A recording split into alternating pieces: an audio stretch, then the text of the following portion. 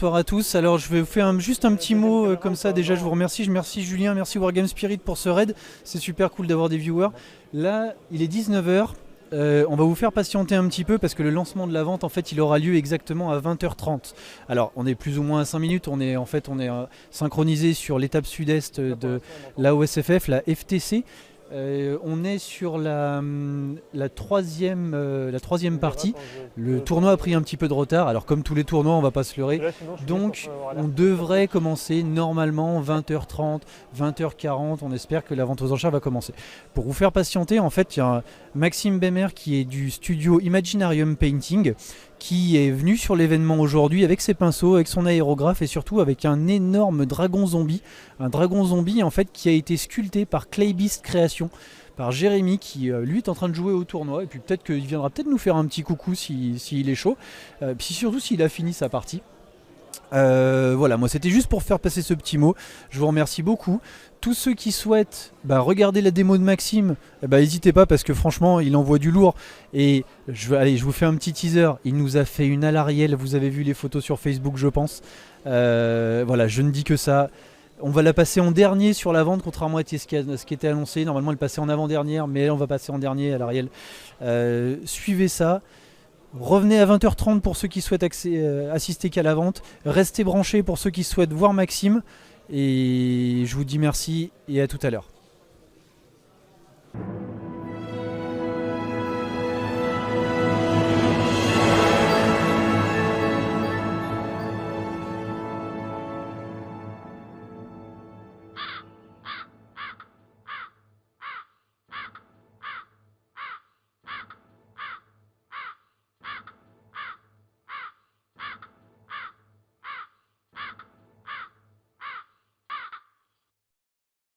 Et puis merci d'être là pour ceux qui sont là.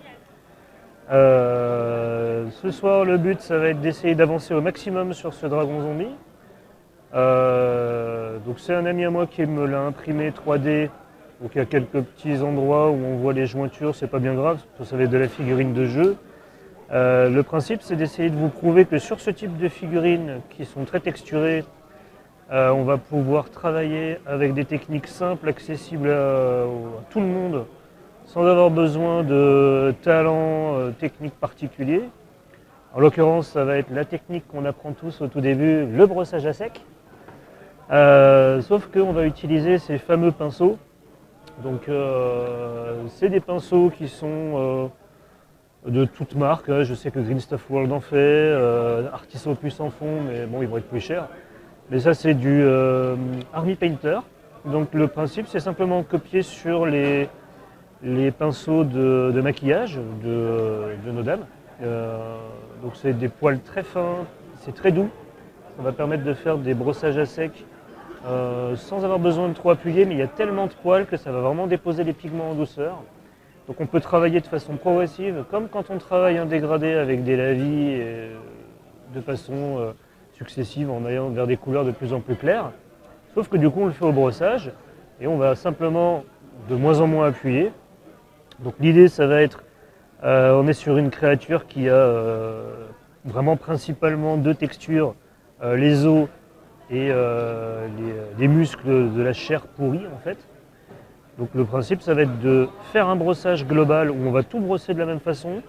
Ça va nous permettre de faire l'os en un seul brossage, donc de 3 couleurs successives. Et puis ensuite on va simplement passer une espèce de quelque chose à cheval entre le lavis et le glacis, donc en utilisant une contraste diluée, pour simplement colorer les fibres musculaires, pour leur donner le côté un peu muscle. Et normalement, on devrait déjà obtenir quelque chose de tout à fait honorable et de sympa sur la table de jeu. Alors, on va attaquer. Donc l'idée, c'est de partir sur un vert plutôt sombre. On va travailler directement sur la sous-couche noire.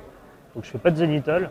Le principe, ça va être de laisser le dessous de la figurine en noir. On ne va pas aller peindre dessous. Notre idée, c'est juste de faire un éclairage global par-dessus, simple. Donc moi, j'utilise une feuille de palette humide, sauf que je la pose à plat simplement pour pouvoir poser ma peinture. Donc, je vais vous montrer Donc là, c'est simplement, pour l'instant, j'ai posé juste une goutte, voilà, comme ça, sur ma feuille. Je la prends dans l'ensemble, hein, complètement sur mon pinceau. Il va être assez chargé. Et on va bien l'essuyer sur le sopalin. J'essaye de faire en sorte que vous puissiez voir. Le principe, c'est d'essuyer sur le sopalin suffisamment pour ne pas faire de gros pâtés. Là, on ne voit peut-être pas forcément bien sur la caméra, mais l'idée, c'est que notre pinceau il n'y a vraiment que le pigment. Si je viens frotter sur ma main, j'obtiens quelque chose d'assez propre. Donc je vais laisser ça de côté, vous me verrez recharger régulièrement mon pinceau. Donc là, je vais simplement brosser en essayant au maximum d'être perpendiculaire à tous les reliefs. Donc le principe, c'est de ne pas être dans le sens des fibres et des reliefs pour éviter de poser des pigments dans les creux, parce que les creux, on veut qu'ils restent noirs. L'idée, c'est que de travailler sur sous-couche noire, nos ombres maximales sont en noir, et ça va permettre d'avoir un contraste hyper poussé, parce qu'on va partir jusqu'à un éclaircissement en ivoire, donc un blanc cassé assez clair, qui va contraster très fortement avec les zones de la figurine qui vont rester en noir. Donc là, je vais travailler assez rapidement. Le but, c'est de bien couvrir tous les reliefs sur le dessus. Je vais peut-être un petit peu insister sur les côtés du visage, de la gueule, pour bien la faire ressortir. C'est pas parce que c'est un gros monstre qu'il n'y a pas ce qu'on appelle un point focal, un minimum d'essayer d'attirer l'œil du spectateur vers la tête de la créature. Déjà parce que ça va être comment dirais-je, le centre d'attention le plus important pour nous, parce que c'est là qu'il y a le plus d'os, et c'est là que vont partir les tissus. C'est un dragon qui a encore énormément de muscles, même s'il est bien décharné. Donc je vais essayer de mettre un peu plus de lumière. Je vois aussi quand je mets ma main, voilà. On voit que là, on a déjà un premier éclaircissement qui est posé avec le vert. Donc ça, je vais l'appliquer partout sur la figurine, en rechargeant régulièrement mon pinceau. Donc l'idée, c'est de ne jamais le charger trop. Il vaut mieux remettre un peu de peinture pour réessuyer assez régulièrement, plutôt que d'en mettre trop, parce que sinon le pinceau va être avec beaucoup trop de peinture dessus, et ça va être compliqué de suffisamment l'essuyer, et du coup il y a des endroits où il va nous décharger un gros paquet de peinture, et ça ne va pas faire propre. Donc là, je travaille rapidement, c'est vraiment la première couche, elle doit être globale, elle doit bien couvrir tout le dessus, un peu les côtés. Donc à aucun moment je vais retourner la figurine et aller chercher en dessous, à part au niveau des ailes. Et par contre tout le corps et la queue, je vais vraiment bosser que par au-dessus, je la laisse poser à plat sur son socle, tranquille. On suit les volumes, on se met perpendiculaire au maximum.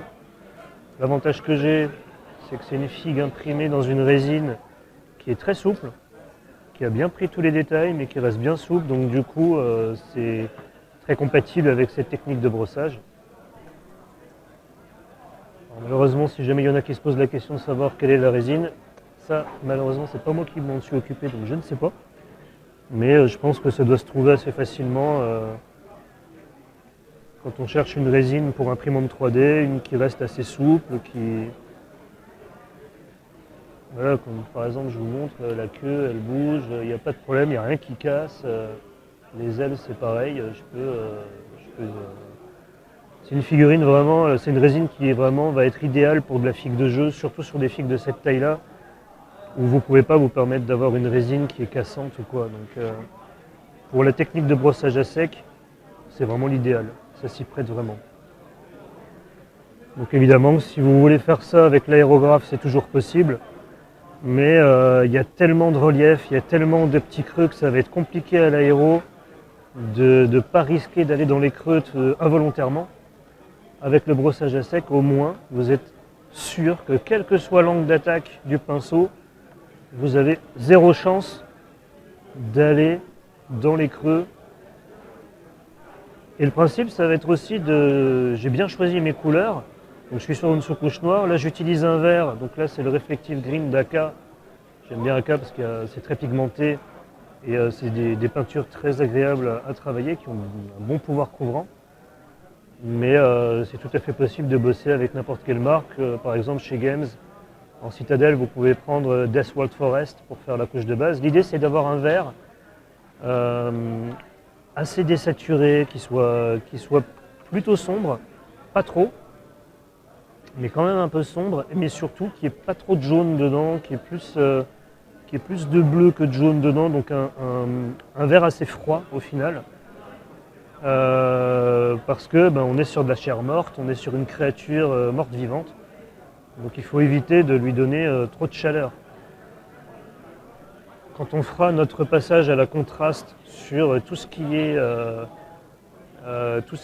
muscle et encore chair pourrie, là on rajoutera de la chaleur un minimum parce que les muscles, même quand ils sont en décomposition, ils gardent un petit peu de couleur un petit peu rouge.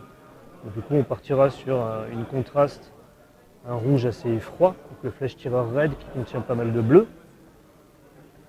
Et en le diluant suffisamment avec notre brossage à sec qui aura bien éclairci tous les reliefs en ivoire en couleur finale. Ça va nous permettre de teinter ces zones musculaires et de les différencier du coup des ossements. Donc c'est la seule phase vraiment de ce déroulé de peinture que j'ai un peu imaginé qui va nécessiter de la précision parce que là, cette phase que je suis en train de faire ne nécessite pas véritablement de précision, juste de faire attention à ne pas y aller avec un pinceau trop chargé et de bien passer sur tous les reliefs pour bien les faire ressortir. Donc, je sais qu'on ne voit pas forcément super bien sur la caméra, je n'ai pas encore fait cette aile, par contre je vais essayer de vous montrer, voilà, on voit que ça commence déjà à ressortir un peu. L'avantage des peintures Aka, puis je vous conseille, quelle que soit la peinture que vous utilisez, c'est qu'il y a un rendu final de la peinture une fois sèche qui soit assez mat.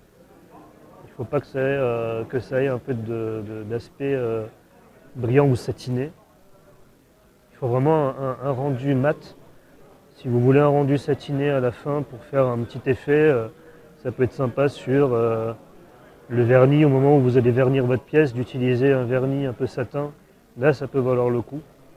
Mais moi, personnellement, j'aime beaucoup comme ça un aspect mat. Et si j'ai envie d'avoir un aspect brillant ou luisant sur certaines pièces, alors dans ce cas-là, j'y vais avec soit l'aéro, soit au pinceau, pour faire un vernis, entre guillemets, un vernis sélectif, quoi. Alors là, on va venir se concentrer un peu en dessous parce que sous le cou du dragon, ici, là, on va venir faire ressortir aussi les différentes fibres, parce qu'il y a des morceaux d'os qui dépassent, il y a de la fibre musculaire, tout ça on essaye de le faire ressortir quand même. Je ne vais pas aller tout en dessous, mais sur le côté quand même, c'est plus sympa de faire ressortir ce genre de détails. Parce qu'en plus, la sculpture de Jérémy, de Clébiste Création, elle est vraiment magnifique. C'est impressionnant ce qu'il a réussi à faire. Ouais. En plus, il est gigantesque. Moi qui joue Soul Blight à Age of Sigmar, ma grosse difficulté, ça va être de trouver le cavalier qui soit suffisamment gros pour venir se poser là-dessus. Mais je pense qu'il y a du travail de conversion. Bah voilà, tu vois. Elle m'échappe des mains et en fait la résine elle est hyper résistante. Là je l'avais collé sur un socle en MDF. Donc c'est une figue de jeu, elle est déjà assez grande comme ça. Je pense pas que je vais travailler un socle beaucoup plus imposant que ça. On verra bien, mais l'idée c'est déjà d'obtenir un rendu à la peinture qui soit satisfaisant. Donc je vais recharger parce qu'il y a du volume à couvrir et ça décharge rapidement le pinceau. Et voilà, donc si vous n'avez pas la couleur là, donc comme je disais, un vert assez foncé, l'idée c'est qu'il ne le soit pas trop pour que ça ressorte quand même sur la sous-couche noire. Mais le principe c'est de partir ensuite comme première couleur d'éclaircissement vers une couleur un peu chair pourrie. Et on fera un mix entre notre vert foncé de départ, la couleur chair pourrie qui va être assez claire. On va juste faire un intermédiaire entre les deux pour une première étape. Et puis ensuite, on utilisera cette couleur chair pourrie pure en brossage. Donc le brossage de base que je suis en train de faire, il doit vraiment bien couvrir l'ensemble. Mais après, les brossages, plus on va aller vers les lumières, moins on aura besoin de couvrir l'ensemble de la figurine pour pouvoir attirer un peu plus l'œil ou faire rehausser et faire venir la lumière juste à certains endroits clés qui nous intéressent ou qui sont cohérents. Et puis ça ira bien.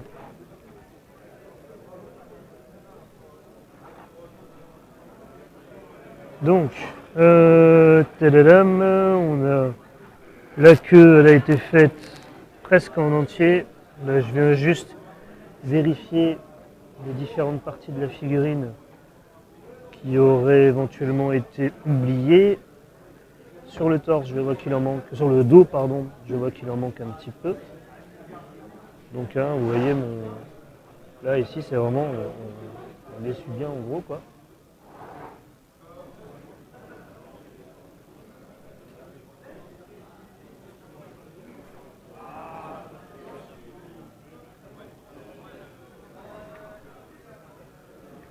Donc là il est 19h16, on a commencé le stream il y a un quart d'heure. J'ai déjà presque fini d'appliquer ma première couleur en brossage sur l'ensemble. On va juste repasser un coup sur les ailes. Il faut bien comprendre que sur une pièce comme celle-ci, si vous choisissez de peindre les éléments séparément, c'est-à-dire si vous voulez d'abord peindre l'intégralité des os avant de vous attaquer aux muscles, à la chair, ça va vous prendre beaucoup plus de temps qu'en feintant un peu comme je vais le faire là, parce que la sculpture est complexe. Il y a vraiment, on le voit ici, il y a vraiment des lambeaux de chair et de fibres musculaires qui attachent les différents os. Donc là on a de l'os, mais il y a des endroits de l'os où il y a des bouts de muscles qui partent. Donc si ça vous devez le peindre séparément, ça va vous prendre pas mal de temps. Si après vous voulez obtenir quelque chose de satisfaisant assez vite, cette méthode-là peut vraiment vous faire gagner le temps que vous voulez. L'idée c'est que j'utilise aussi du vert partout, donc vert foncé qui va être éclairci avec la chair pourrie, donc Vampiric Flèche pour AK Interactive, mais vous pouvez prendre n'importe quelle gamme, du moment que ça va être un vert clair très désaturé, ça fonctionnera parfaitement. Hein. Alors là j'attaque l'aile supérieure, je ne l'ai pas encore faite, donc je vais être hors caméra, je ne vais pas avoir le choix, ou alors je bosse là mais je ne vois rien de ce que je fais. Et puis je ne vais pas forcément regarder que sur la télé, sinon je ne vais pas être bien doué. Mais ce que je veux vous dire, c'est que, étant donné que le rouge et le vert sont des couleurs opposées sur le cercle chromatique, ça va vraiment avoir un effet de désaturation de votre vert. Ça va permettre naturellement d'augmenter l'effet de la contraste qui est d'aller se déposer plus dans les creux, de laisser les reliefs un petit peu plus clairs. Si en plus vous avez le vert, donc il y a la sous-couche noire déjà qui agit, mais si vous avez posé votre vert comme ça va désaturer le rouge et ça va encore plus améliorer l'effet d'ombrage de la contraste.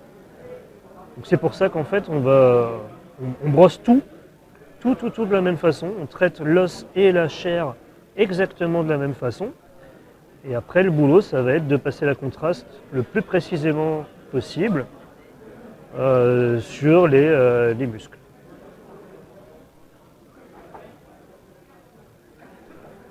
Donc une fois la contraste sèche, si jamais vous voulez retravailler des détails, le conseil que je vous donne, pour éviter d'abîmer votre contraste. Si par exemple vous voulez refaire des brossages à des endroits particuliers, le problème du brossage c'est que ça risque de frotter trop fort sur la contraste et de virer les pigments. Donc si vous voulez, vous pouvez faire une petite couche de vernis léger, mais que ça puisse protéger la peinture que vous avez déjà posée et éviter de la frotter trop fort et de l'enlever avec un dernier brossage, des rehauts éventuellement localisés. Voilà. Après ça dépend évidemment du but de chacun, de pourquoi est-ce qu'on peint et de l'effet qu'on veut. Moi je sais que je veux un effet globalement satisfaisant sans aller vers de la figue trop détaillée ou trop poussée pour que ça rentre bien sur la table de jeu. Moi mon but c'est d'avoir une figue de jeu qui soit belle, mais que j'ai pas peur de la manipuler parce qu'il y a trop de temps passé dessus, quoi. Mais encore une fois, c'est la sculpture, le thème de la figurine où c'est deux matières, quoi. C'est de l'os et de la chair.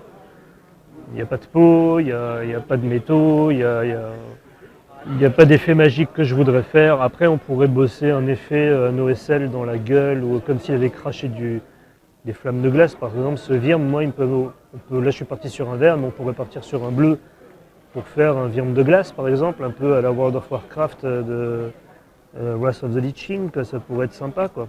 Mais là, c'est pas le thème de mon armée. Moi, je suis plus zombie. Donc là, je l'attrape carrément par l'aile et on va bosser le dessous de l'aile parce qu'elle est très relevée. Ceux qui auraient vu la figurine en modèle 3D tel que l'a créé Klebist Création, elle est plus dans une position comme ça, sur son socle. C'est moi qui l'ai plus positionné en arrière, la tête relevée, parce que je veux mettre un cavalier dessus. Et dans l'autre position, en fait, il aurait eu le dos dans une position qui me plaisait pas pour pouvoir mettre le cavalier tel que je l'imagine. Donc c'est aussi l'avantage de ce genre de pièce, c'est qu'on est libre de la façon dont on va le positionner, la façon dont on va bosser notre socle va nous permettre de placer la figurine de différentes façons. Mais encore une fois, c'est une sculpture magnifique. Moi, je suis vraiment impressionné de ce qu'il a fait là. C'est une pièce magnifique. En plus d'être gigantesque, elle est vraiment, vraiment belle, quoi.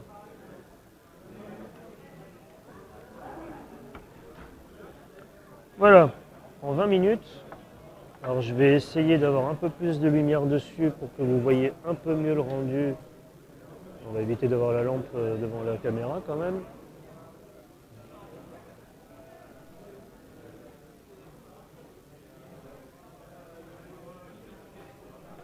Voilà, avec juste un brossage à sec en vert foncé, ce qu'on peut obtenir déjà en premier temps sur une pièce qui fait 15 cm de haut fastoche. Voilà. Donc là, on a déjà un bon départ. Alors maintenant, on va reprendre notre feuille, remettre un peu de la couleur que j'avais utilisée, donc le Reflective Green, donc mon vert tel que je l'avais au départ, et je vais y ajouter, donc moi je vais utiliser du Vampiric Flèche de chez AK. Donc après, je sais plus la gamme Games, le nom, nécrotique ou je sais pas quoi. Enfin bref, il doit y avoir toutes les gammes de peinture vont avoir une chair pourrie, un effet zombie ou ce genre de choses. Donc vous prenez ça. Donc c'est une couleur plutôt beige, quelque chose d'assez blanc cassé, un peu blanc os, mais avec pas mal de vert dedans quand même. Donc là, pour éviter de surcharger mon pinceau, je vais faire le mélange directement sur ma petite feuille pour obtenir un vert éclairci. Voilà. Donc en théorie, alors je dis bien en théorie, ça devrait me suffire pour ce premier éclaircissement. Si jamais j'ai besoin de refaire le mélange, je le referai, mais dans l'absolu, j'ai pas besoin de charger autant le pinceau, j'ai pas besoin de couvrir autant. Donc là, on voit Hein, c'est pareil, hein, j'essuie mon pinceau, j'évite qu'il y ait des gros pâtés ou quoi. Après, j'aime bien tester sur la peau pour voir ce que ça donne.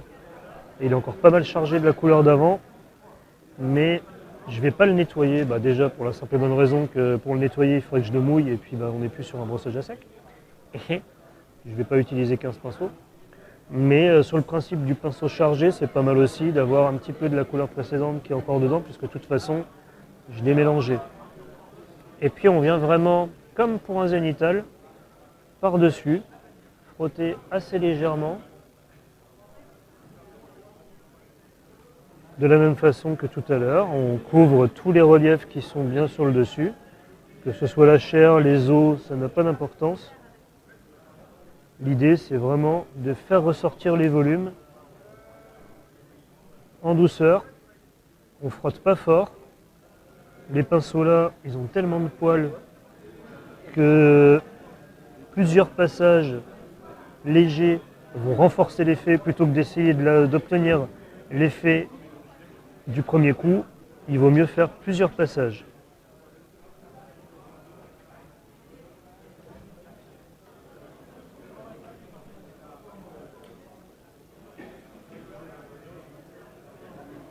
C'est tout l'intérêt d'une pièce comme celle-ci, de permettre des techniques simples comme le brossage à sec. Donc l'idée aussi, c'est d'éviter d'appuyer aussi fort qu'avant et de couvrir la même surface que précédemment.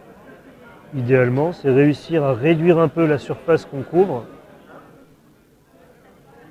afin de laisser des zones visibles de ce qu'on faisait précédemment.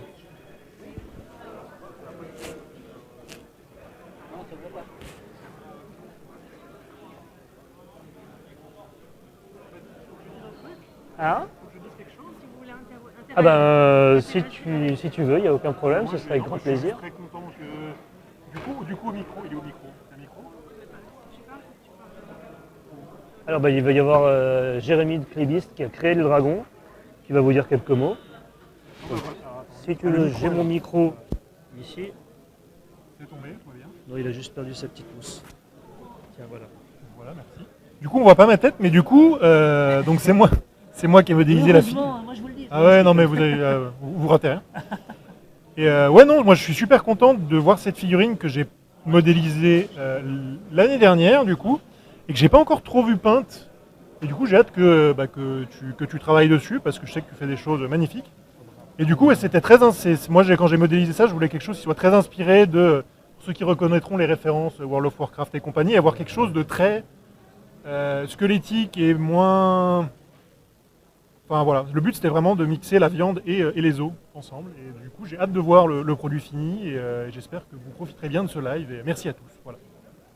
Merci à toi, Jérémy. Avec plaisir. Et du coup, je vais suivre ça, je vais ranger mon armée, je vais pouvoir suivre.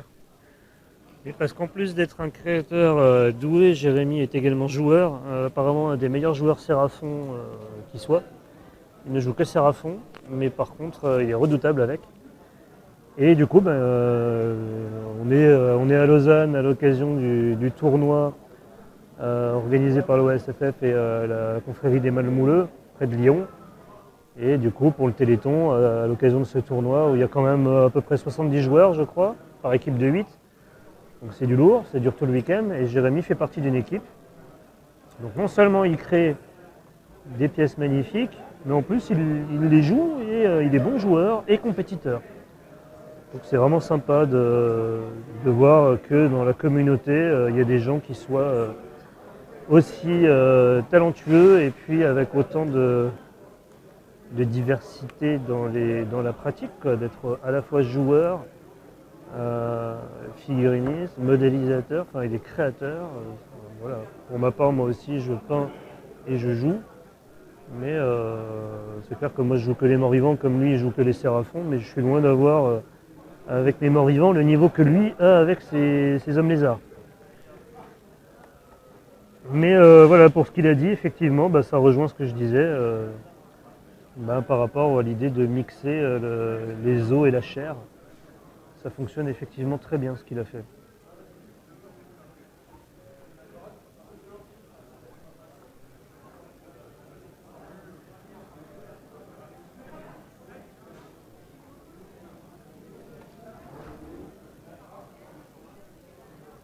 Donc je peux pas... Si, là j'arrive à avoir un peu plus de lumière pour que vous puissiez voir. Donc après évidemment on va avoir certains détails comme la langue, les dents, la corne qui est là, les griffes, peut-être certaines zones ici d'épines qui sont sur la queue, qui vaudront le coup d'être éclaircies après au pinceau en corne quoi, ou ce genre de choses. Mais ça après ça dépend du goût de chacun. Moi je ne sais pas encore si je vais le faire comme ça, mais c'est possible. Alors, on arrive tranquillement au bout de cette étape.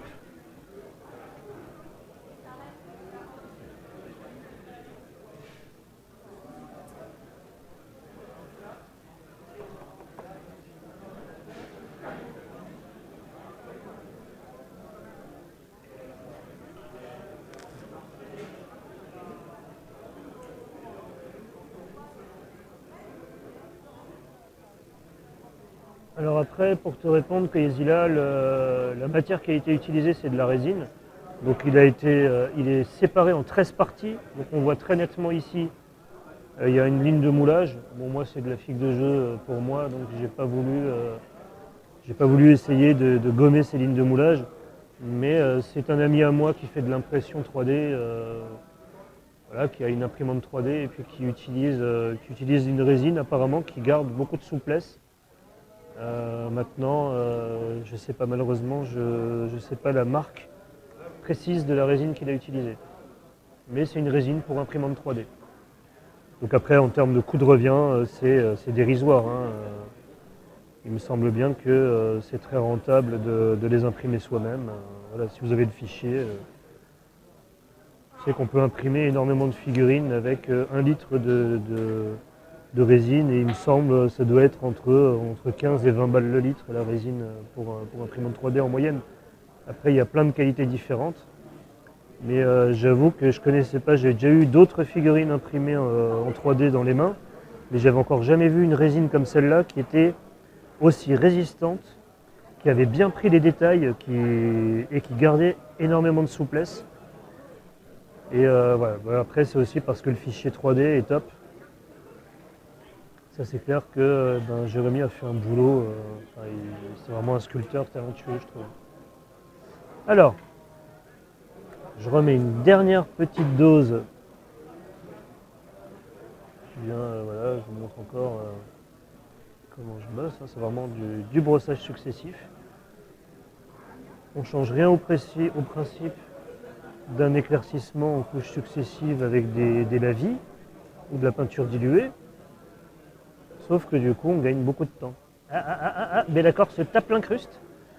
Et on est sur le Bellacore qui a été peint par Apprendre la peinture sur figurine, donc Guillaume, si je ne dis pas de bêtises, qui nous a fait un magnifique Bellacore.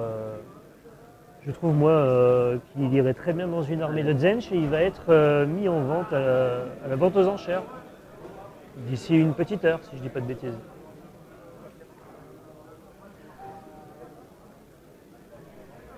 Voilà, donc pour vous mettre un peu au parfum, pour ceux qui n'auraient pas suivi l'histoire, les Malmouleux ont organisé par le biais de Michael, qui est venu montrer Bellacore à l'instant, il a eu l'idée d'organiser une vente aux enchères de figurines, donc je sais qu'il l'avait fait l'année dernière. Donc, des peintres pros ont été contactés, dont je fais partie, pour choisir une figurine de notre choix de Age of Sigmar, et de la peindre gratuitement et de la mettre en vente aux enchères avec l'intégralité des bénéfices de cette vente reversés à l'association du Téléthon.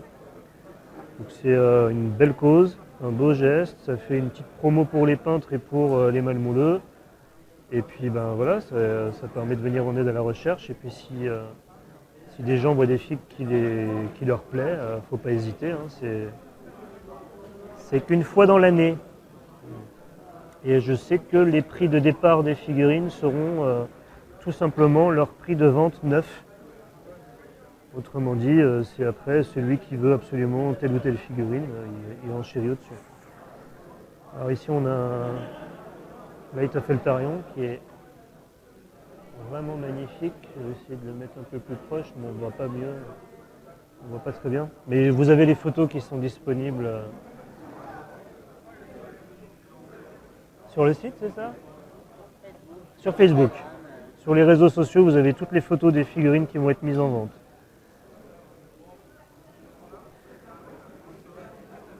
Il fait incrustateur, Mika. Celle qui est mort de rire.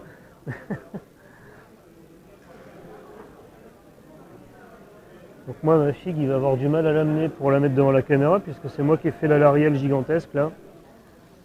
J'ai voulu qu'elle vole. Alors, pour en revenir à la peinture, là on a fait donc 2 couches, direct sur sous-couche noire, et on voit déjà un rendu qui est assez sympa.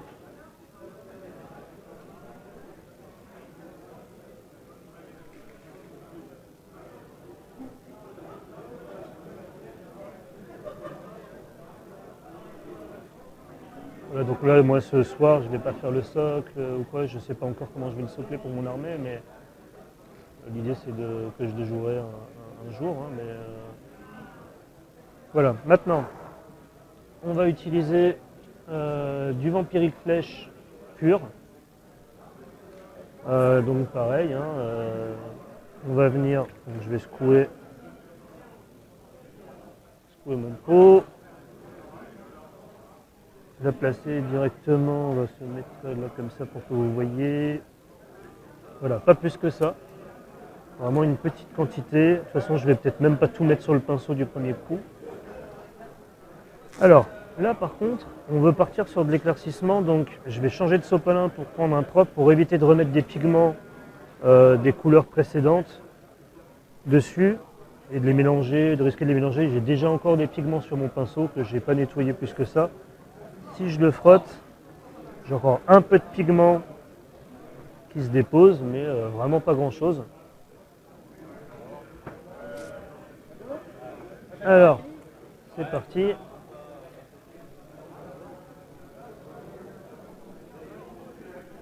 Voilà. Je ne prends pas plus que ça. Et lorsque je vais essuyer, de toute manière, il va y encore avoir un peu de la couleur précédente qui va se mettre, qui va se mélanger avec ces pigments frais. Je frotte pas fort, mais je frotte énergiquement, mais sans appuyer fort. Quand je passe sur la main, je vois qu'il y a un peu d'éclaircissement en plus. Et donc quand je vais brosser, je vais vraiment pas appuyer fort. C'est limite, je pourrais juste tenir le pinceau comme ça. Et je suis vraiment là les volumes à la perpendiculaire pour uniquement marquer les reliefs et les arêtes. Et encore une fois, je ne cherche pas à me concentrer spécifiquement sur les os. Je couvre tous les volumes supérieurs. Donc vraiment, j'essaye de faire comme un zénithal en fait. Hein. C'est un peu l'idée de rehausser tous les reliefs. Voilà. Je vais essayer de tourner la figurine, que vous voyez un peu le résultat au fur et à mesure.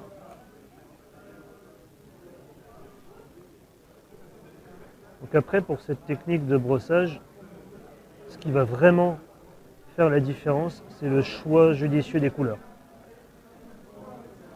Vraiment de bien choisir ces couleurs, c'est important, parce qu'il y a des couleurs qui vont vraiment bien fonctionner entre elles, là où d'autres ne vont pas forcément bien s'allier. Donc le principe, c'est que je suis sur du vert sur ma couleur de base, le vert foncé. Je garde une couleur chair avec beaucoup de vert dedans.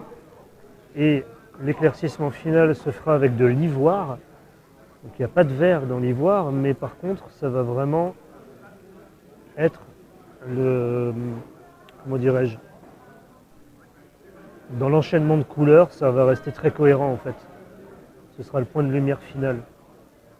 Et de toute façon, il y aura une étape intermédiaire où je vais mélanger mon ivoire dans mon Vampiric Flèche pour ne pas partir sur l'ivoire tout court. Le Vampiric Flèche, il est possible qu'on fasse une deuxième couche, juste pour être un petit peu plus appuyé, un petit peu plus marqué. Après, moi j'aime bien quand il y a une ambiance assez sombre. Ça se prête bien, c'est la figurine qui s'y prête bien aussi, hein, c'est un mort-vivant. Un dragon mort-vivant, je ne le vois pas avoir des couleurs un peu trop vives ou quoi. Donc c'est pour ça que je reste sur une ambiance très froide et que même le rouge que je vais utiliser va contenir du bleu. Et donc on ne sera pas sur un rouge vif ou orangé parce que c'est pas du tout l'esprit de la figurine. Je pense que si après je devais créer un contraste chaud-froid, c'est-à-dire que là on va être sur une ambiance globalement froide sur la figurine, que ce soit les verts ou le rouge, ce sera globalement froid. Si je veux faire un contraste, ce sera avec le socle. Par exemple, on peut très bien l'imaginer sur un socle type monde de lave, ce genre de choses. Et là on aura un très beau contraste qui pourra s'opérer dans la composition. Pour moi, une composition, enfin pour moi, pour tout le monde, hein, mais le socle en fait partie. Mais c'est pas parce que c'est de la figurine de jeu qu'il faut négliger le soclage et ce sera à voir ultérieurement. Mais on peut aussi rester sur une ambiance froide. Par exemple, je peux l'imaginer dans un monde de glace. Ça fonctionnera très bien aussi. On ne sera pas sur un contraste chaud-froid, mais par contre, on aura vraiment une grosse différence avec de la neige, des couleurs très claires, de la glace, du blanc, des bleus froids, des choses comme ça, qui vont pousser vers beaucoup de blanc. Et il ressortira d'autant plus, quoi. En général, pour la peinture d'armée, le soclage, il faut qu'il contraste bien avec les figurines qui sont posées dessus. Et ça vous donne des effets magnifiques qui font vraiment ressortir l'armée, quoi. Alors, voilà où on en est pour l'instant. Alors j'essaye de me galérer pour... je me regarde sur la télé. Voilà.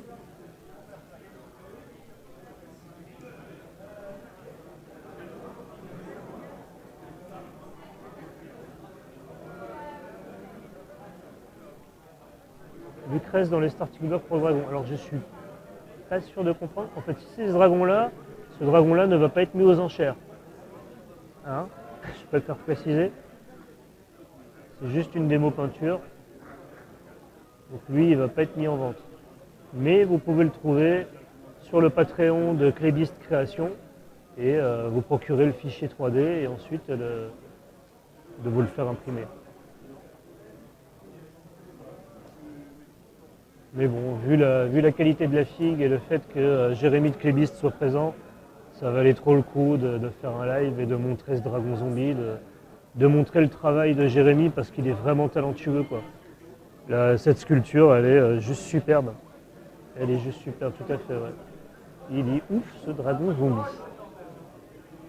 Alors, on va refaire une petite couche. Donc là, je reprends tout simplement du Vampiric Flesh sur mon pinceau. Je réessuie. Je vais en remettre un tout petit peu plus. On constate, là c'est là où je viens d'essuyer, on constate qu'avec l'essuyage précédent, on a déjà moins des pigments du Reflective Green, le vert un peu foncé de tout à l'heure. Ça s'est déjà bien essuyé sur la figue. Donc là, si je refais une couche de Vampiric Flesh pur, on va déjà beaucoup plus partir sur de la lumière, sur de l'éclaircissement.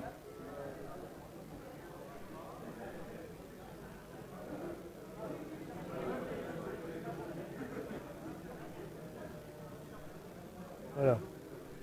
Alors,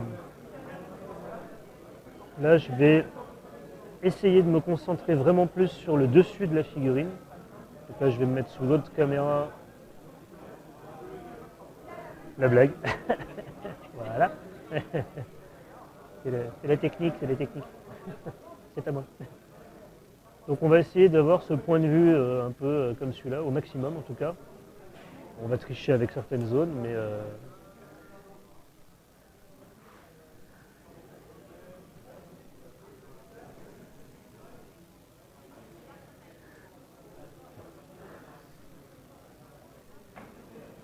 Donc, par exemple,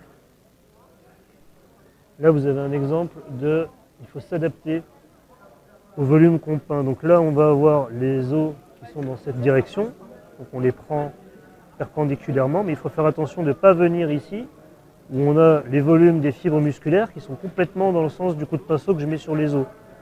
Et alors que là, il faut que je vienne perpendiculairement, donc dans ce sens-là.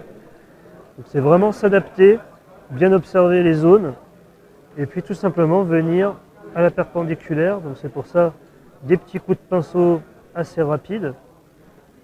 Malgré le fait qu'on ait un pinceau gigantesque, ça n'interdit pas, ça n'empêche pas d'être précis, parce qu'on fait un brossage très sec, et on n'est pas en train d'appuyer. C'est vraiment les couches successives, petit à petit, qui vont éclaircir progressivement et faire ressortir les volumes qui nous intéressent. Donc là, j'insiste un petit peu plus comme tout à l'heure sur la tête. Mâchoire inférieure, on essaie de la faire ressortir. La langue, je ne vais pas la faire en brossage. Je sais que je voudrais la faire ressortir d'une autre façon que les muscles. Je vais la faire plus rosée. Je veux lui donner un aspect comme si elle était encore un peu fraîche, pas assez décrépite. Donc là, je vois que j'ai fait un petit pâté, c'est bon. Donc il faut éviter de frotter trop fort, parce que le problème qu'on va avoir quand on fait ce genre de technique de brossage à sec successif, c'est que plus on a de couches qui se superposent, plus les pigments précédents ont tendance à accrocher les nouveaux pigments qu'on rajoute, et ça peut vraiment nous créer des pâtés. C'est pour ça qu'il faut vraiment veiller à bien essuyer le pinceau et à bien bosser de façon très sèche en fait, et sans appuyer fort, pour qu'il y ait un minimum de pigments qui se déposent. Et comme il y a les pigments de la couleur précédente qui sont là, ils vont servir. C'est pas parce qu'on pose des pigments purs qu'il n'y a pas un minimum de transparence qui agit.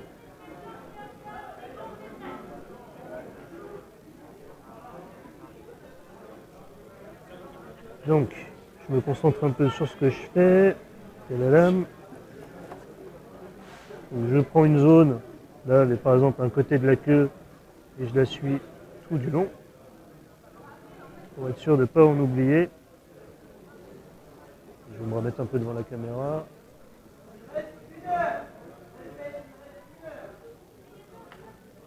Donc là, j'essaye de frotter uniquement les picots qu'il y a sur le côté de la queue,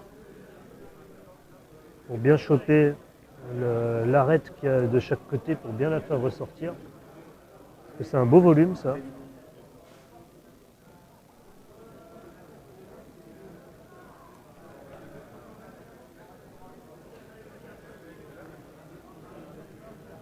Tac, un peu les pattes ici, son coude, dessus ici. Tac, je vais bien ressortir la main. Il nous reste les ailes. Donc là, on n'en est même pas à 1 heure de travail et on a déjà réussi à faire ressortir tout ça de cette façon, avec un seul pinceau, s'il vous plaît. Un homme, un pinceau.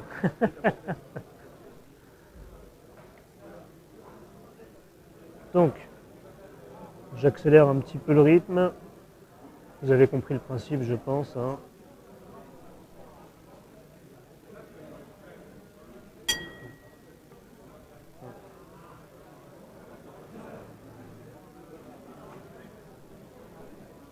Donc, dans ce vert clair, il y a un tout petit peu plus de jaune. On peut le constater, moi je le constate en fait, parce que là, bien sous la lampe, je vois la façon dont la lumière se pose sur les arêtes que j'éclaircis.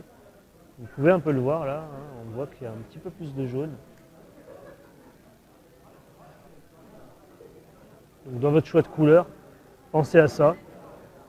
C'est-à-dire que la première couleur que vous allez utiliser, c'est la couleur c'est pas vraiment les ombres, puisque les ombres maximales sont en noir, mais c'est quand même la couleur la plus sombre que vous allez poser. Il faut qu'elle soit froide. Il faut qu'il y ait le minimum de couleur chaude dedans. Il faut qu'il y ait le moins de rouge possible, il faut qu'il y ait le moins d'orange ou jaune possible. Parce que la chaleur va être amenée petit à petit avec les couleurs les plus claires, qui vont contenir plus de jaune que la couleur de base. Et le jaune, c'est ce qui va se rapprocher le plus des couleurs vers la lumière en fait dans le spectre des couleurs. Et du coup, ça va renforcer en fait ce contraste chaud-froid qui est important pour le travail qu'on est en train de faire en brossage, quoi.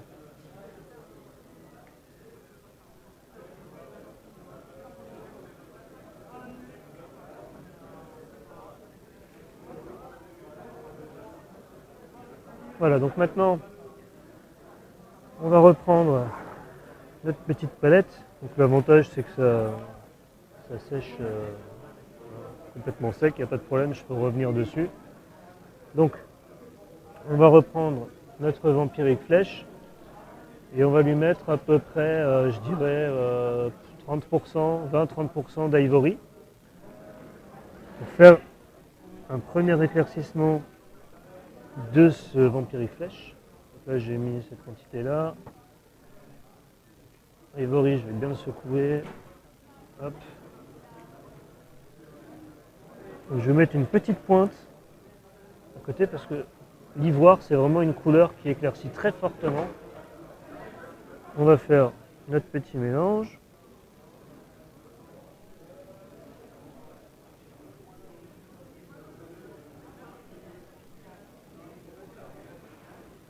Voilà.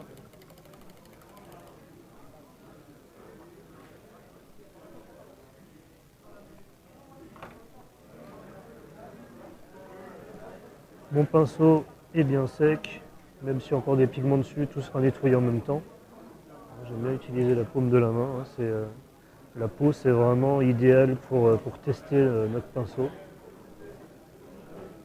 Ces poils sont toujours bien doux. Le fait est que d'avoir bien essuyé au fur et à mesure, ça évite d'avoir des gros pâtés de pigments à l'intérieur. Et de fait de ne pas charger de trop non plus. Là, je l'ai vraiment peu chargé. Là, je vous montre sur mon sopalin ce que ça donne. On ne voit pas grand chose. C'est vraiment bien clair. Donc, on va attaquer par les dents.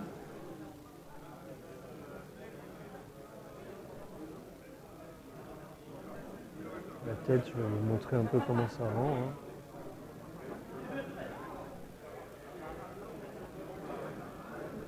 En fait, pour le brossage à sec, l'astuce avec ces pinceaux, c'est qu'il faut travailler comme si vous étiez en lavis.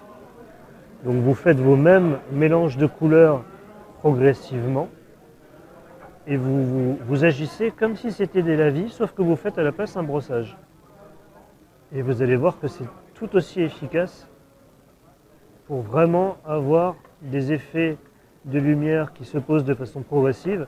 Si vous appuyez moins fort avec votre pinceau ou que vous êtes plus localisé sur les reliefs au fur et à mesure des couches, que vous réduisez la zone que vous éclaircissez petit à petit, ça va vous faire les mêmes effets qu'avec des lavis.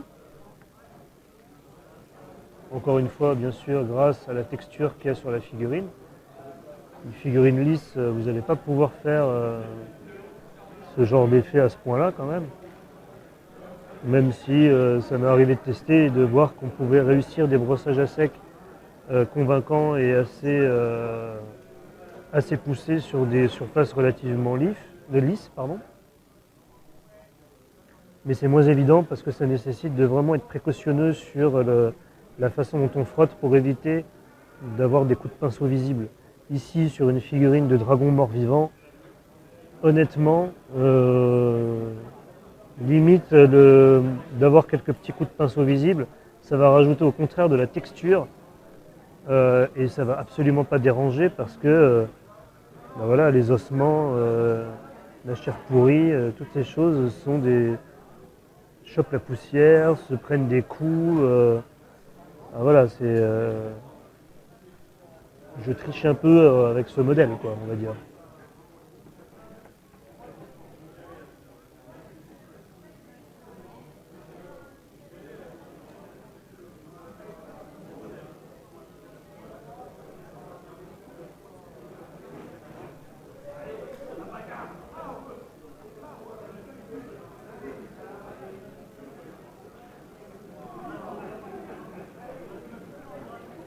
Bon, j'accélère un petit peu plus. Il nous reste une petite demi-heure avant que le live ne s'arrête et qu'on passe à un autre live pour la vente aux enchères.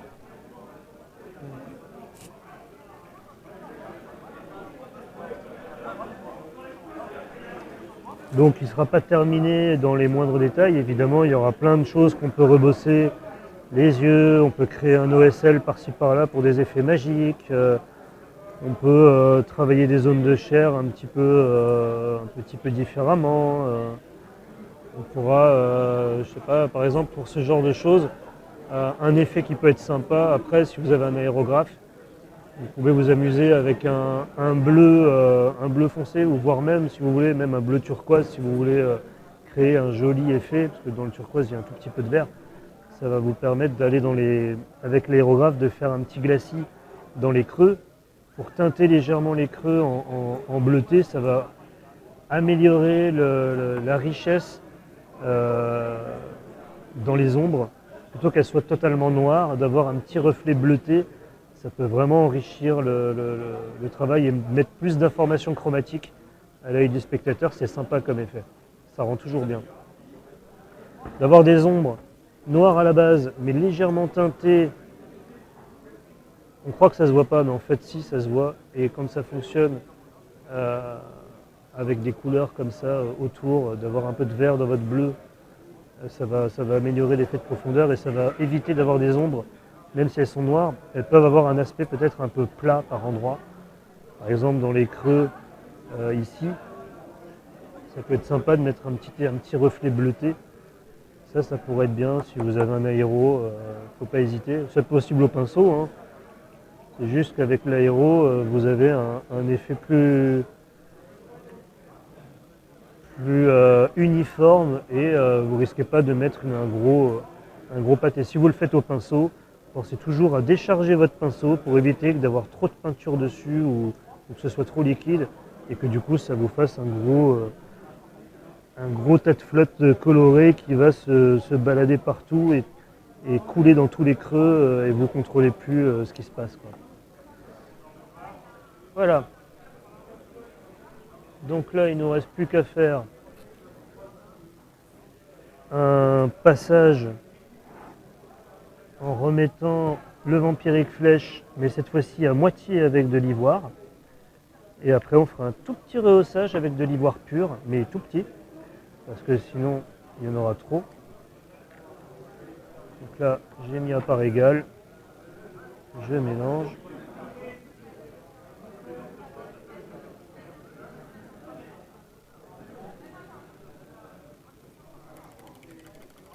Le pinceau, hop.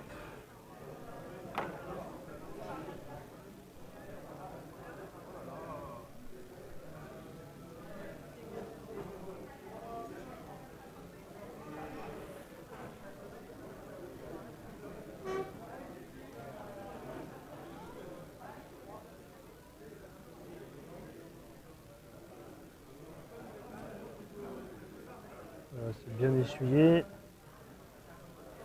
Éviter de changer les trucs. Hop.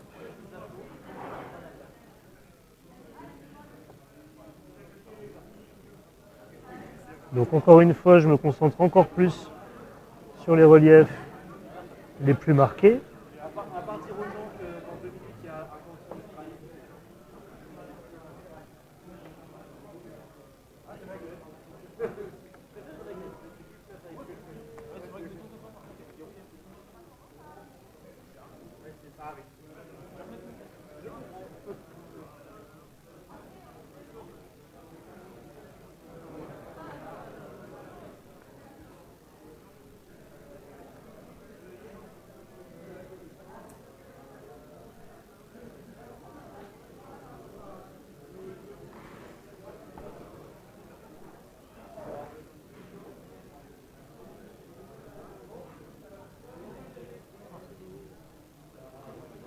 Bien ces pinceaux comme ça.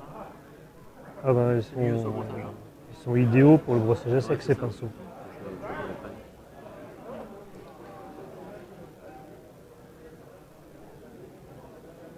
Donc là, on voit Non, t'inquiète, il n'y a pas de problème.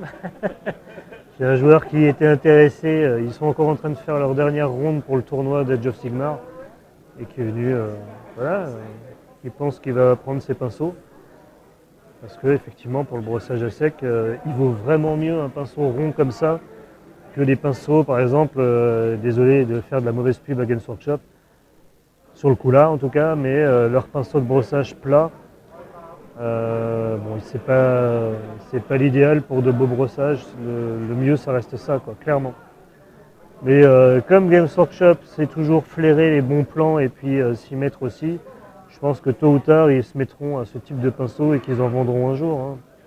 Ça m'étonnerait qu'ils sautent pas le pas un jour ou l'autre.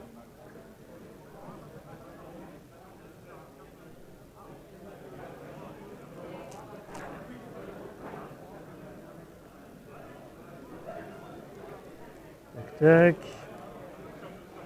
Cette queue, elle est gigantesque, quoi. Je crois que la queue, elle est plus longue que le dragon, le reste du corps du dragon.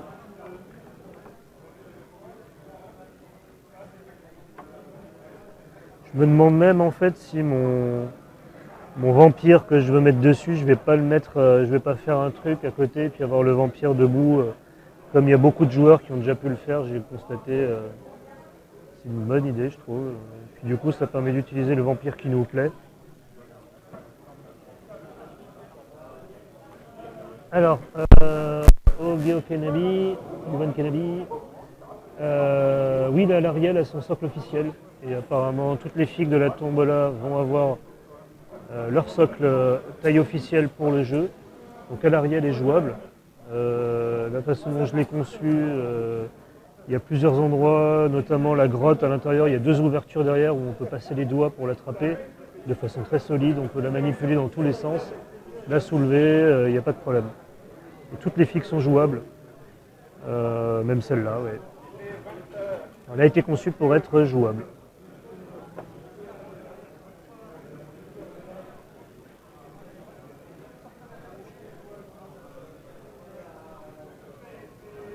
De toute façon, c'était le deal à la base. Donc là, j'ai pris de l'ivoire pur. Je fais vraiment un dernier rehaut sans appuyer fort, assez rapidement, juste pour que ça chope les derniers reliefs les plus marqués. Voilà. Donc, je pense qu'on n'aura pas le temps de le finir intégralement, mais je vais vous montrer le principe pour la chair. Ce que je vais faire ensuite, je le terminerai certainement. Je le terminerai chez moi en fait, pas certainement. Je le terminerai chez moi. Parce que demain, avec Mickaël, on va peindre d'autres figurines.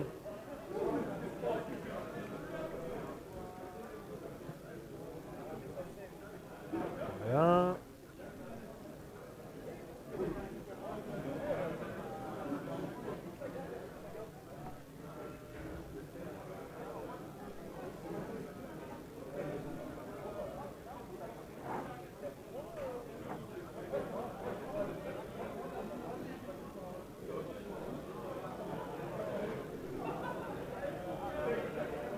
Là, par exemple, je passe uniquement sur l'armature de l'aile qui est là avec l'os et je passe sur le dessus des membranes ici, juste à cet endroit-là pour essayer de mettre un point de lumière comme un reflet qui court le long, qui courrait d'ailleurs le long d'une aile normale si elle avait été membraneuse vivante, quoi. Parce que c'est, même si elle est morte vivante, ça fait toujours mieux d'avoir un effet comme ça d'un reflet qui court le long. Voilà, donc je me suis très peu occupé de cette patte parce que de toute façon elle va être en arrière. Je la rehausse un petit coup, mais sans plus. Voilà, là, un dernier passage et je vais vous montrer le principe pour la suite.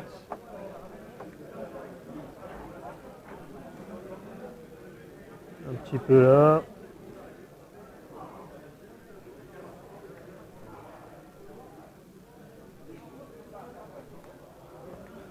Voilà.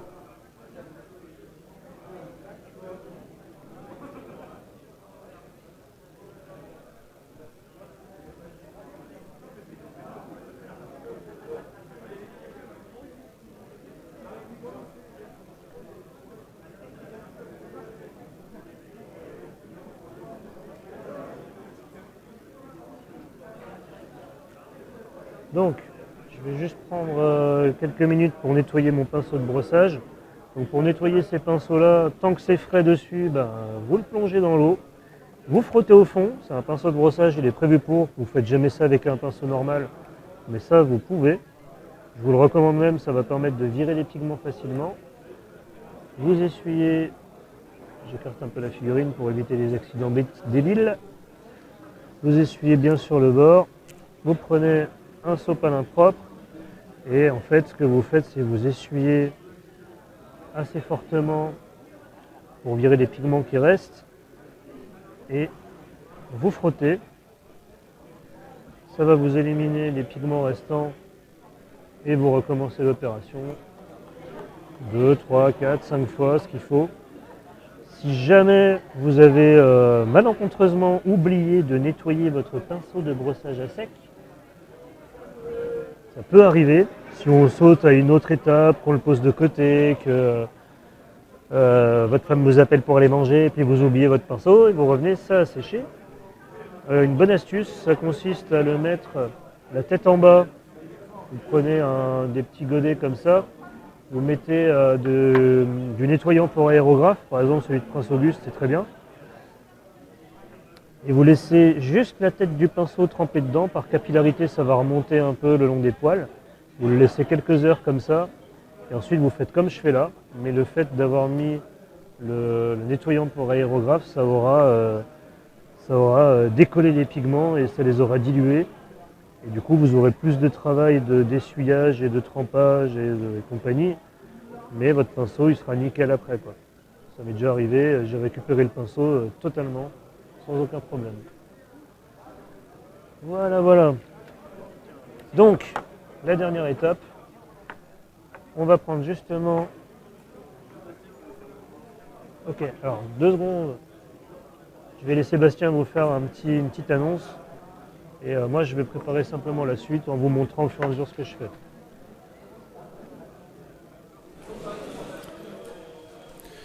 Merci Maxime. Alors, on nous a demandé plusieurs fois sur le chat l'ordre de passage des figurines à la vente aux enchères.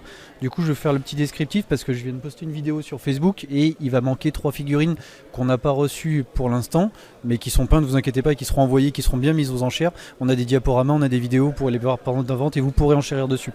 Alors, l'ordre de passage, on va commencer avec un Guthrot Spume de Dungeon of Perdition du copain Vince. Ensuite, on aura un Lord of Blight de Michael de la confrérie des Malmouleux. Ensuite, on aura le Lord Commander Bastian Cartalos de Mathieu du studio Wargame Spirit. Ensuite, alors j'avoue que c'était un petit peu la compète entre les deux, on a un autre Guthrot Spume, cette fois c'est de Julien à la bonne pindouille du studio. Ensuite, on va avoir Eltarion de Tael Painting, Thibaut Ram, ni plus ni moins qu'un vainqueur de Golden Demon en 2022. Ensuite, on aura un Slan Star Master et un Bloodletter. Là, c'est une enchère groupée en fait sur 2 figurines qui sont du studio peinture sur figurine.fr et impression 3D de Pierre François. Ensuite, on a l'Akelian King aka Poisson Clown de Sons of Dawn de Dim Dim. Ensuite, on aura le Warsong Revenant du copain Tiberic Hart qui travaille au... Michael me dit que tu es sur le chat, Thibaut, gros bisous à toi. Encore merci, elle est encore plus jolie en vrai ta figurine. Elle envoie du steak. On va enchérir dessus. Donc Thibaut qui travaille au Warhammer Lyon, au store de Lyon. Ensuite, on a le Vengorian Lord d'Alexandre Vallet de Hobby Shop. Ensuite... Je le veux celui-là. Ça c'était Mickaël, alors là on a déjà une grosse enchère qui va monter dessus là. Accrochez-vous parce que pour le Vengorian Lord il est chaud patate. Et bien ensuite le prochain peintre c'est lui, il nous a peint un Célestin Prime Mickaël, c'est sa 2e figurine pour la 2e participation à la vente aux enchères. Il est super chaud aussi.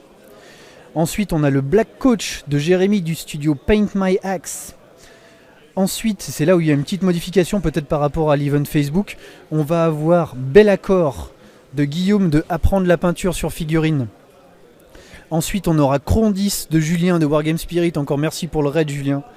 Et on va finir par Alariel de Maxime, Imaginarium Painting, qui est en train de vous faire la démo sur le dragon zombie de Claybis Création.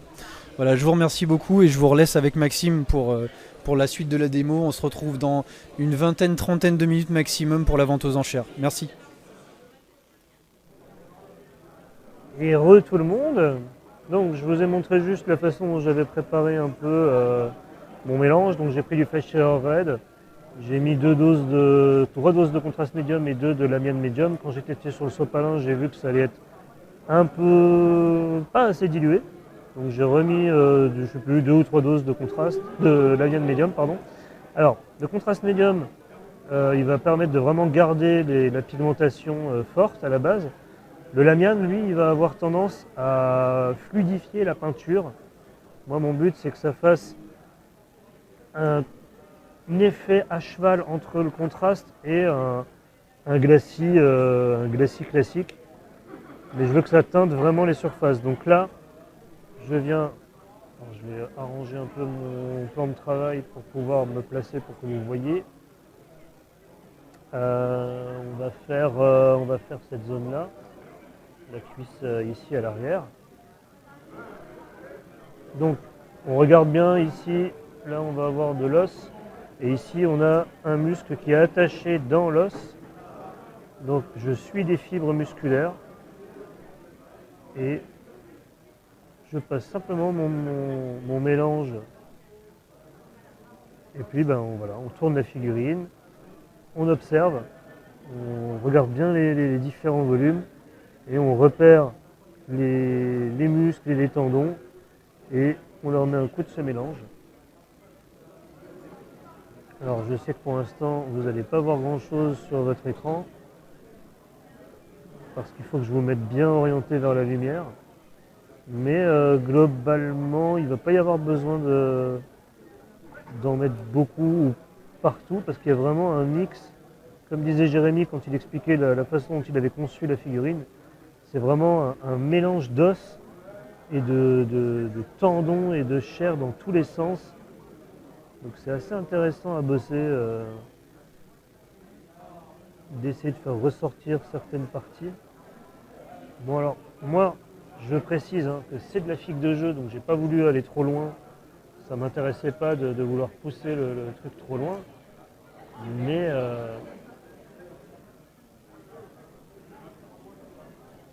étant donné qu'on est sur des couleurs complémentaires, ça se voit peut-être pas forcément tout de suite. Et avec les reflets, c'est encore moins évident, j'en suis désolé. On le voit peut-être bien ici, là. Ah là, merci, on voit peut-être mieux.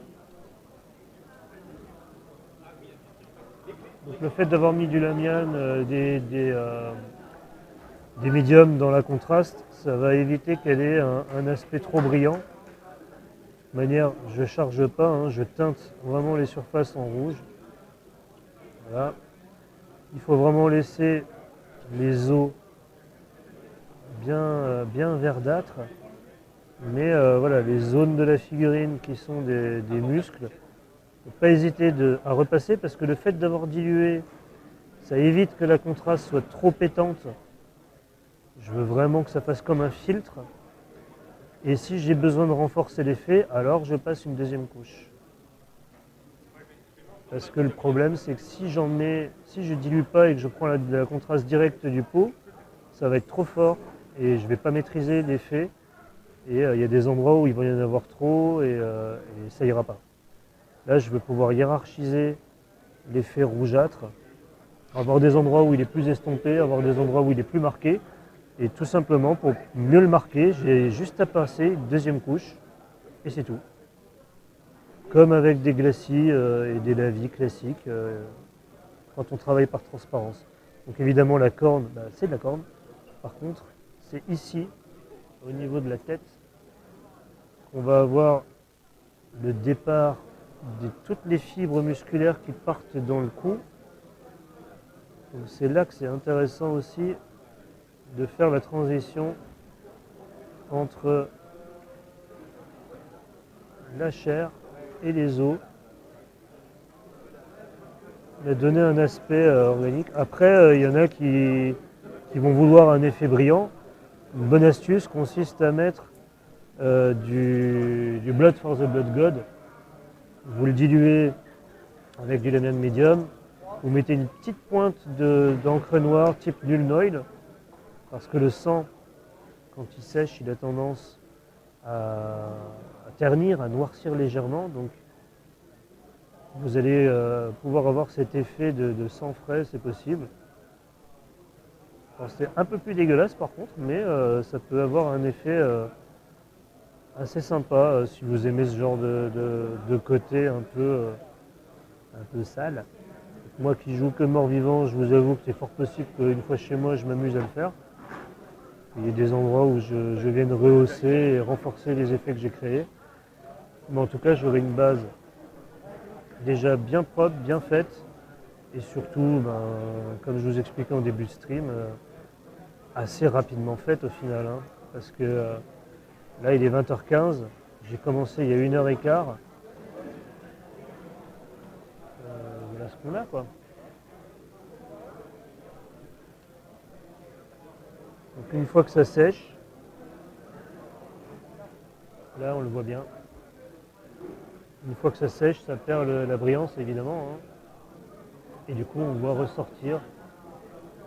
Et avec le travail en brossage à sec qu'on a fait précédemment avec l'ivoire, ça sert d'éclaircissement à la contraste et du coup ça fonctionne très bien. Ça peut largement suffire pour de la figue de jeu. Voilà, donc vous pouvez adapter ça évidemment à d'autres figurines, à d'autres textures. Ça peut être du bois, voilà, si vous payez une armée sylvanette, évitez de faire un brossage direct couleur bois sur sous-couche noire. Travaillez avec des couches successives, vous éclaircissez petit à petit et vous y allez avec ce type de pinceau et vous agissez en brossage à sec comme si c'était des lavis et vous verrez que l'effet sera beaucoup plus beau et beaucoup plus travaillé, beaucoup plus convaincant et plus agréable à l'œil que si vous faisiez un brossage à sec couleur claire, direct sur la couleur foncée comme trop de gens le font. Alors le but c'est de gagner du temps mais il ne faut pas non plus être trop pressé, mais soyez sûr que vous gagnerez déjà énormément de temps et vous obtiendrez des résultats sympas, simplement, facilement, avec une technique qui est vraiment accessible, hein. Franchement il n'y a rien de compliqué, c'est juste de ne pas appuyer trop fort et de multiplier les couches légères en éclaircissant au fur et à mesure comme à la vie. Et voilà.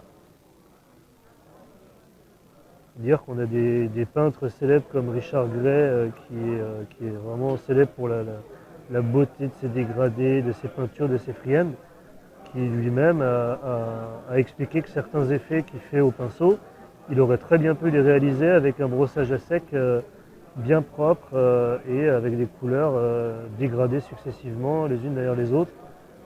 Donc voilà, c'est que c'est bien possible de faire des choses très belles, même avec des techniques simples comme un brossage à sec. Il ne faut pas croire que c'est réservé à ceux qui ne savent pas peindre ou aux débutants. Non, on peut s'en servir. Voilà. Franchement, on a des figurines qui ont des textures, des matières, des sculptures parfois très détaillées. Il faut vraiment adapter les techniques qu'on a à notre disposition en fonction des besoins qu'on a, en vitesse de peinture, le temps qu'on a à notre disposition pour peindre, les effets qu'on veut. Il y a vraiment plein de techniques, plein de médiums, il y a toutes les acryliques, les peintures à l'huile, le fait de peindre au pinceau ou à l'aéro. Voilà, on a vraiment beaucoup de choses à notre disposition maintenant. Il faut en profiter parce que c'est chouette, quoi. Ça nous permet de varier les plaisirs aussi. La peinture sur figurine, c'est un plaisir, quoi. Faut que ça le reste. Et en tout cas, moi, ma philosophie, c'est que multiplier les techniques et varier les plaisirs, ça fait partie du plaisir en lui-même de peinture sur figurine, quoi. Il n'y a pas de mauvaise technique ou des techniques réservées à tel ou tel type de peintre.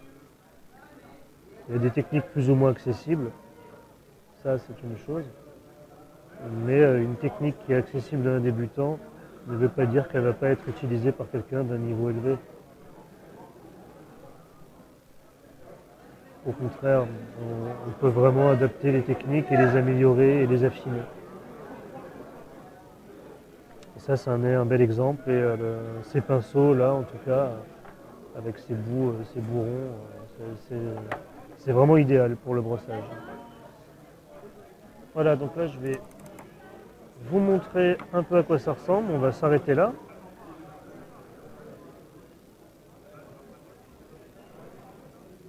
Bastien,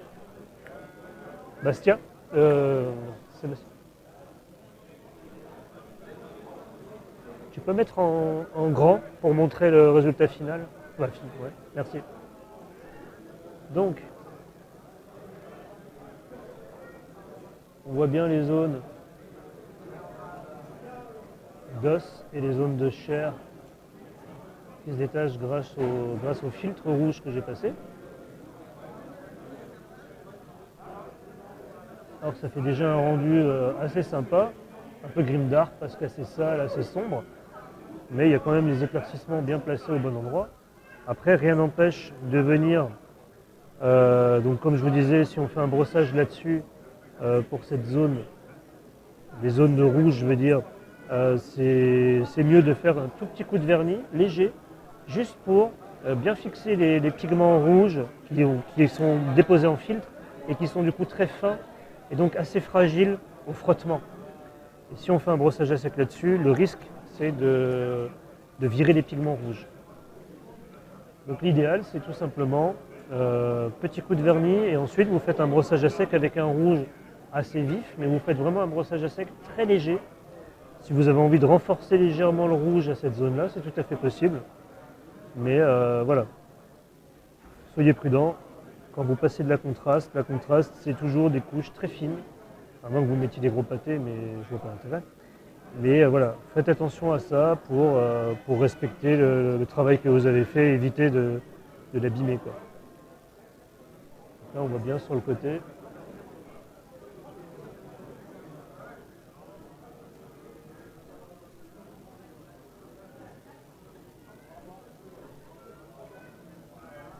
Merci Grafri.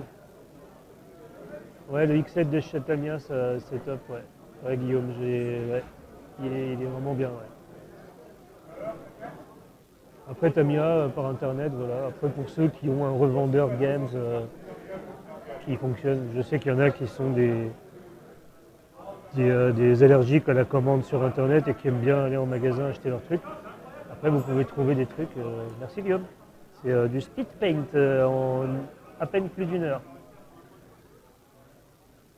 On est sur une figue de jeu assez sympatoche. C'est vraiment un bon départ, une bonne base, je pense. Voilà. Donc je ne vais pas tarder à rendre l'antenne puisqu'on va switcher sur la vente aux enchères. Donc je vous remercie de m'avoir suivi, de m'avoir écouté.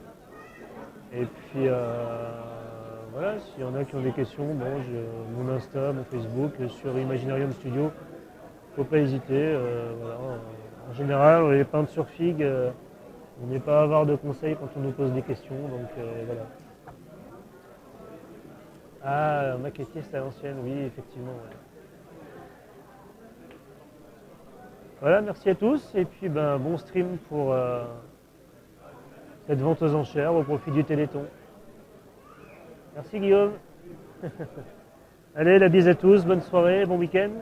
Et puis à bientôt pour de nouvelles aventures en peinture. Merci à tous. Et ciao ciao. On est bon? Ça y est, tu m'as redonné la voix. Merci beaucoup Maxime. C'était super sympa, superbe démo, superbe figurine. Eh ben, on a hâte de la voir complètement finie celle-là. Je reprends la parole vite fait pour vous annoncer qu'en fait on va commencer la vente aux enchères à 20h40. 20h40 pétante, on va couper le live un petit peu, en tout cas on va le mettre en pause, on va pas le couper complètement parce qu'on veut pas que ça pète, on veut surtout pas que ça pète pour pouvoir lancer dans de bonnes conditions.